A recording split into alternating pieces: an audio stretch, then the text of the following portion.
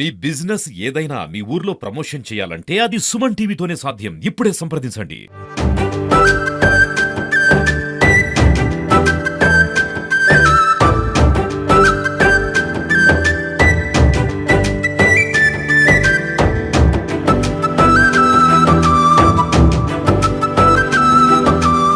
TV Warangal మనం మేడారంకు దాదాపు ఒక 13-14 కిలోమీటర్ల దూరంలో ఉన్నాం. మనం చూడొచ్చు స్వాగత తోరణం ఎక్కడైతే మేడారం నుంచి లోపలికి వెళ్ళే అసలైన ప్రధానమైన రహదారి ఉందో ఆ ప్రధానమైన రహదారికి 13 కిలోమీటర్ల దూరంలో ఉన్నాం. ఇక్కడి నుంచి అసలు ఘట్టం ప్రారంభమవుతుంది. చాలామంది ముఖ్యమైన వ్యక్తులు కావచ్చు లేదా మేడారం సమయంలో వీఐపీలు వచ్చే ద్వారం కావచ్చు, ఇక్కడి నుంచే లోపలికి వెళ్ళవచ్చు.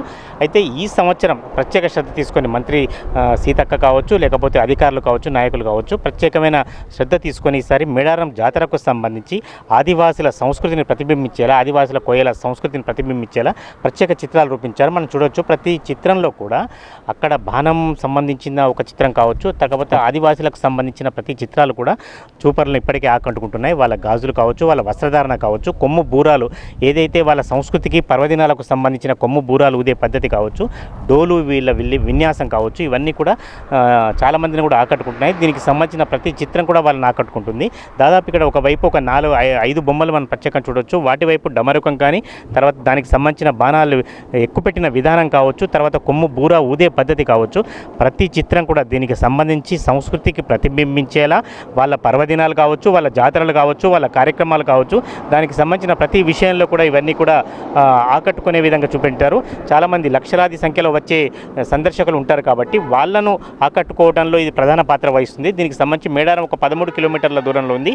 ప్రతి శిల్పంలో కూడా జీవకళ ఉట్టిపడుతుంది. మనం చూడొచ్చు ఒకవైపు బూరా ఊదే పద్ధతి కావచ్చు, తర్వాత ఒక ముగ్గురు ఎవరైతే ఉన్నారో స్త్రీలు దానికి సంబంధించిన వాళ్ళు ఒక నృత్యం చేస్తూ లయబద్ధంగా కదులుతూ, తర్వాత డమరుకం కావచ్చు, ప్రతి దగ్గర కూడా వారి ఆహార్యం కానీ వారి కట్టుబొట్టు కానీ ఇవన్నీ కూడా ఆదివాసుల సంస్కృతిని ప్రతిబింబిస్తుంది, ఆదివాసుల కట్టుబొట్టును కూడా ప్రతిబింబిస్తుంది. అందరినీ ఆకట్టుకునే విధంగా ఎక్కడైతే మనం ఒక 13 కిలోమీటర్ల దూరంలో ఉన్నామో అందరినీ ఆకర్షించే విధంగా ఒక ఎత్తైన ప్రదేశంలో వీటన్నిటిని కూడా నిలబెట్టారు. వీటితో పాటు ఒకవేళ బాణము, తర్వాత మేడారం సమ్మక్క గద్దెమేకు వెళ్ళే తొవ్వలో కూడా ఇవన్నీ ప్రతిష్ఠించారు. ఇటు దాదాపు ఒక 5 చిత్రాలు ఉన్నాయి. వీటితో పాటు మరొక 5 చిత్రాలు కూడా దీనికి సంబంధించినవి ఉన్నాయి. ఇవన్నీ కూడా ప్రతిదీ ఆకట్టుకునేవే.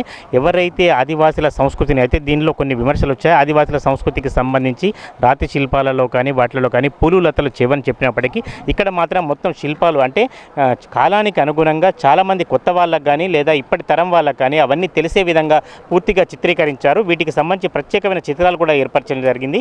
మనం ప్రతి చిత్రంలో కూడా జీవకాలంగా ఉట్టిపడటమే కాకుండా వారి సంస్కృతిని ప్రతిబింబించే విధంగా ప్రతి చిత్రం కూడా ఉంది ఇక్కడ. ఇవన్నీ బట్టి ఎక్కడైతే మేడారం వెళ్ళే వాళ్ళు కూడా ఇప్పటికే పూర్తిగా తెలిసే పరిస్థితి వీటి వల్ల కలుగుతుంది.